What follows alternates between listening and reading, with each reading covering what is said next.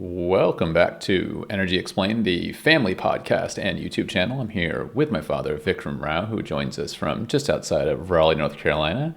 And my father is an expert in all things energy. He has a PhD in engineering from Stanford. He spent his entire career in the oil and gas industry and retired as the chief technology officer of Halliburton. So he speaks with authority on all things energy.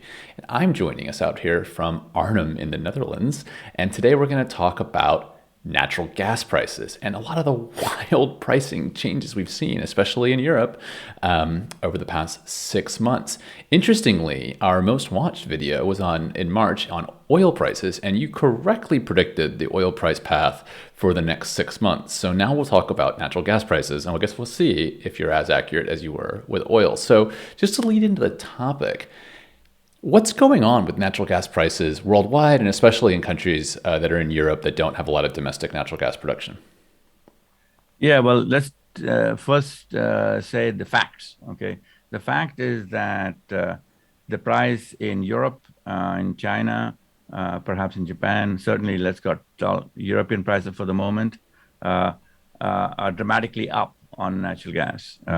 So the price on September 30th or so in Netherlands, which is sort of the bellwether for Europe, was $25.20 US dollars, so 25 US dollars per million BTU, which is same as roughly 1,000 cubic feet.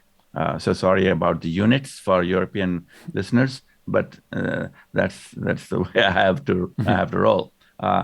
And so what is surprising about that is that in June, that number 25 was 10. June of this year. Yeah, Okay, not it too was long ago. 10. Yeah. And exactly a year ago from the September 30th date, it was 4. Wow. Okay. So these are natural gas is critical to consumers and to industry. And this kind of fluctuation is astonishing. I have never seen it. Uh, I think I say that slowly because I'm pretty sure I've never seen it. It used to be that we used to think, people like me, used to think of Europe pricing being around 10 when the US is around 4. And so the reason that it was as low as 4 in Europe a year ago was because in US it was 2. Okay. And so that factor of 2-ish pretty much holds, but it's totally gone out of the window. US pricing has doubled to 5, to a huge 5. Wow. Huge for US, but compared to the 25 in Netherlands, nothing. Right. Okay, so it's an extraordinary story. Now, let's talk about natural gas pricing, and you're speaking to really wide variation regionally. And can you help us understand what drives that variation? Because for a commodity like oil, which people might be more used to thinking about there, you have more of a worldwide price. While it's not equal in all places of the world, it's within 10 or 20% outside of like right by the well in Saudi Arabia and so forth. But in natural gas, you're talking about right now, typically prices difference about 100%, and right now difference is about 500%. And what's really driving that? What's the core factors driving that? Yeah, what's driving it is that what you just said, that oil is a fungible commodity, natural gas is not. Oil can be transported between nations on the water for a few dollars a barrel. Okay. And so that's right. So a few percentage difference is all you expect between locations. Natural gas cannot be transported across oceans except one way, by liquefying it. It's called liquefied natural gas, or LNG. Uh, so LNG has two problems with it. One is that the liquefaction cost and then the transport costs adds somewhere between $3 and $5 US dollars per million BTU. Okay, it's about 3 to make it, and depending how far you take it, it goes to 4 or 4.5 or whatever. But those are the kind of numbers. So let's Right. say 5. Right. So let's say that you have natural gas made in the US today, and today the US price is close to 5, all right, per million BTU.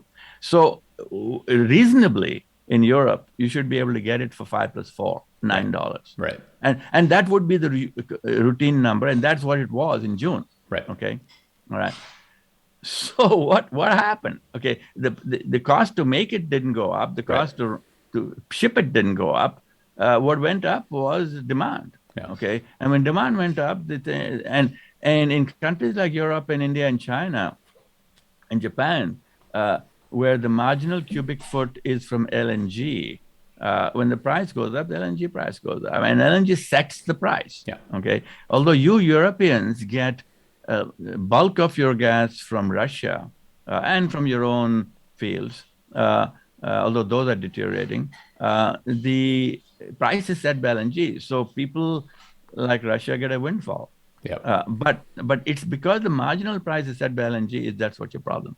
Yeah. That's why you get the big differences. Yeah, and sort of review that concept. If you recall, if you've taken like a economics 101 class, you would have remembered building a supply curve, and where supply and demand meet sets the market price. And what Vikram is saying is that for supply to meet demand in Europe, you need to add in liquefied natural gas, which means the market price for all of natural gas will be determined by the price of liquefied natural gas, because that's the market price that equates supply and demand.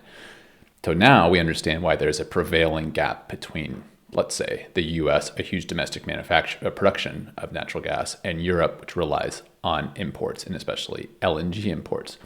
But now that price delta, which usually is around $5, has gone up to $25. And you explained to us that's because demand is outstripping supply, which means supply cannot respond in the short run to these demand changes. All that can happen is you sort of keep things open a little longer, you push things through a little more quickly, but fundamentally there's not much supply response. Now, how long does it take when you see higher demand to create new LNG productive capacity? 5 years. Okay, so there can be no supply response in the short run. So You want to call that elastic? It's quite a funny rubber band. right, it's almost fixed in the short run, or insofar as it's not fixed, it's based on decisions that were made about 5 years ago. Now, what that's telling us is that some decisions that were made 5 years ago, or many, did not anticipate the demand for natural gas today. Now, we know forecasting 5 years out is difficult, and we have to get this pretty right for things not to create big price swings, because there's another aspect of the problem, which is kind of implicit in your story. It's that demand doesn't respond much to price either. Because in many markets, if the price went up by factor 2, factor 3, you start using that product less. You start shifting away from product A to product B. But here, if your home is heated by natural gas, there's not a lot of switchability opportunities. You can keep your home a little cooler, but studies show people generally don't do that because they don't really see the price tag. So demand doesn't really respond either. So then why did we mispredict demand 5 years ago when we planned for the production capacity today? Yeah, it's a series of things that happened. Curiously, and nobody's going to want to hear this. One of the main reasons the demand for natural gas increased was renewable energy. Okay, nobody's going to want to hear this because it's going to upset consumers to say, okay, we backed renewables, but it's causing a huge dent in our pocketbook on natural gas. And so why is that? Why am I drawing the connection? Both the major renewables, which are solar and wind, are up and down. Okay, in yeah, diurnal, sun doesn't shine at night, and all that stuff. Okay, the so they need augmentation, and so the method of augmentation right now is batteries, and that's very costly. Uh, so to give you an idea, the latest bid I saw in Los Angeles was about 2 cents a kilowatt hour for the solar part, and the battery backup part was another 2 cents, doubled it. Doubles the Okay, price. Yeah. and that only gave them the 4 to 6 hours in the evening. It did not give them rainy days. Okay, so this whole deal about how do you handle rainy days. So take Germany for example. 40% of its electricity is from renewables. But on any given day, it'll be 15% or 70%. That kind of fluctuation can only be handled with some sort of storage. And we've not solved the storage problem with any way other than with natural gas. So you have this odd situation. The highly desirable renewable energy scenario requires more natural gas. Uh, I would say that the governments who were pushing hard towards renewable uh, didn't give sufficient attention to this issue. Gotcha. Okay. And it could be because they thought natural gas was plentiful, Yeah. which would have been a good dogma until recently. But yes. That's what I remember hearing in the last few years about how plentiful natural gas is. And in some sense, that's still true because the story here is about where the gas is and where it can get to. And so while gas is still, relatively speaking, plentiful in the United States, from a relative perspective, it's the cheapest form of energy you can buy outside of maybe renewables in very sunny places. But in other places, like in Europe, domestic production of natural gas has gone down as well at the same time. So I know here in the Netherlands, I believe the domestic gas production has halved over the past 2 years due to issues in the major gas fields, seismic issues, and other production slowdowns.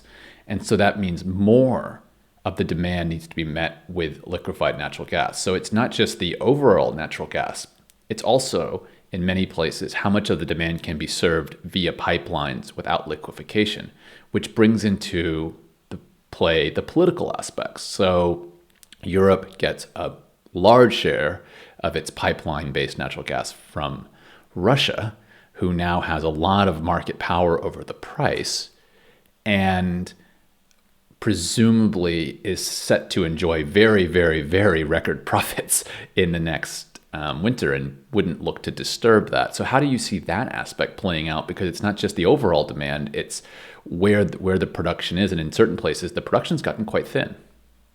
Yeah, so actually, an interesting fact. So, pipeline gas you guys can get from home, so to speak, and you just pointed out the Groningen field is has been depleting and will continue to do so Yeah. for good reasons. But we've known that. Okay, we've Right. known that for 10 years. Okay, Right. so we should have anticipated Groningen going down. Uh, Norway, you get a lot of your gas from Norway, and then there's Russia, and Russia uh, people will remember in 2009 used gas as a weapon, as a political weapon, Yes. and Yes. shut it off, okay, Yes. due to a dispute with Ukraine, okay. Yes. So because of this, they didn't want to go through Ukraine, so they decided to put a northern line called the Nord Stream 2, all right. Europeans wanted northern line. The Americans, for various reasons, depending upon the administration, did not. Uh, and so Nord Stream 2 has been sputtering along, not really going at a fast pace. Russia would like it to do that. Right. Okay. So in some senses, Russia might be playing a game of saying, you want Nord Stream 2, then that's when we'll increase our supply. Okay. I Now, see. Russia did have issues with the fire in Siberia and so forth, okay, in the gas plant. But this is speculation. But since because what they did in 2009, it was not out of the realm of speculation to think that they're using Nord Stream 2 as leverage to say, go ahead with Nord Stream 2 at a fast pace, then we will increase production. I'm just speculating, but that's a possibility. But that's your best bet. Best bet for Europe is for Russia to up its production. Now, the other part, you're not that far from Iran and Qatar.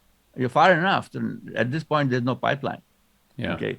But I'm saying at this point. So from Qatar and Iran and so forth, you can only get LNG, but it's a short run. So it'll be relatively cheap LNG. And those folks have immense gas supplies, just like the US. But do they have immense LNG production capacity in terms of conversion? Nope, they have got what they've got. And it's 5 years from having more in terms of net new versus the current plan. Right. I mean, in 5 years they could have more and so forth. And Shell has announced, as we discussed last time, more LNG, and their plants will come on stream also 2025. Okay, Right. 5 years from last year. But that doesn't solve anything right now. So it's a bit of a perfect storm going on with natural gas prices in certain places. The production in major producing areas has slipped for various idiosyncratic reasons. Uh, d- Demand is higher than expected for a variety of reasons, partly because it was a very cold winter last year in Europe, partly because the COVID-related demand decreases have completely faded away, and in a major part due to the fact that there's an increased reliance on natural gas because that pairs with renewables so well. And what you're saying is that with the plans made by governments around renewables, there wasn't always a plan for securing cheap natural gas, because at the time it was felt that natural gas is so abundant you can just ignore that part of the plan. But everybody made the same assumption. You fast forward a few years and all of a sudden there's a pretty extreme shortage. Now, what sort of is getting me a little worried is we're talking about this right now in early October. Natural gas prices are historically very seasonal. They're higher in the North American winter. They're lower in the North American summer for all the reasons we mentioned, because liquefied natural gas plays a more important role in filling the demand in the winter. Now, we're sitting here in October. The prices are at essentially record highs, certainly record relative to oil. What's going to happen this winter, especially in places that are very LNG dependent? If you have a cold winter, uh, I wouldn't be surprised if your price went up to $50. And what I'm, happens in that sort of scenario? I uh, mean, are you talking? I uh, mean, consumers are going to have people, massive. Yeah, yeah, it's horrible. I mean, I'm being a little extravagant, but I don't know. Who would have thought from June to now it'll yeah, go from 10 to 25? Okay, and it's all supply and demand. And if there's a cold winter, the folks who can afford it will pay for it. yeah, Okay. And then those who won't will go without. And governments will have to scramble as to how to protect the interests of the populace that can't afford it. Uh, yeah, it is never, this is, I don't know. I've never seen this before. And so, but even at 25, it's very steep price. But no, if the cold winter, it could go up. Now, the whole, Russia is in play. Speaking of Russia, I don't I don't have a crystal ball on that. There are folks, some other experts are saying that it's a Nord Stream 2 play.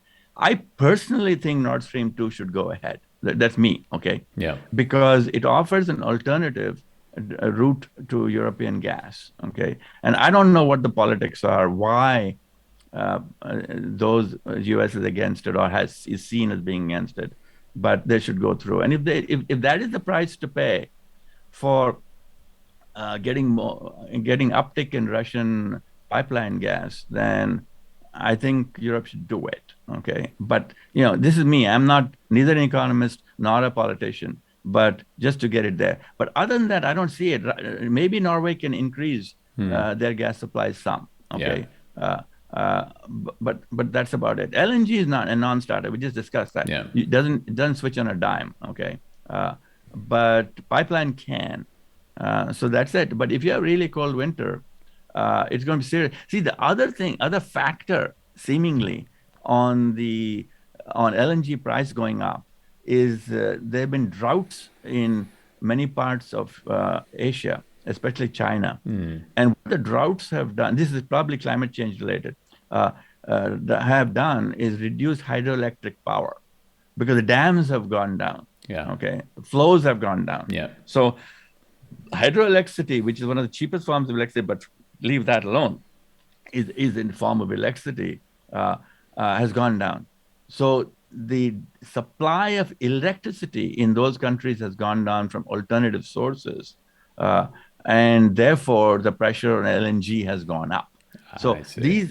So this is a worldwide issue, not a European issue. It's a worldwide shortage of LNG because other forms of electricity production have gone down.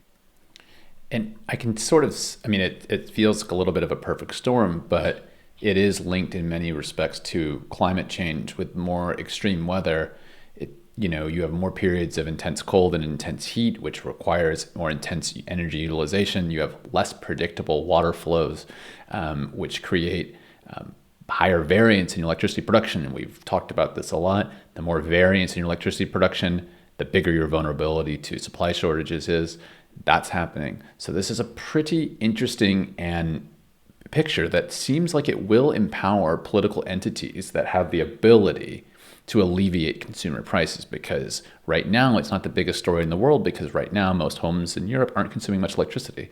Sorry, much electricity for heating and cooling purposes. They're consuming a much lower amount than they'll consume in the winter. So this pipeline, this direct connection, Nord Stream 2 between Russia and Northern Europe, I would anticipate that Russia's political, let's say, capital will increase throughout the winter. And I would anticipate that if that deal would be struck, it would be struck this winter because it's the time of maximum bargaining power. But something like that sets us up for how long in the future to alleviate this issue?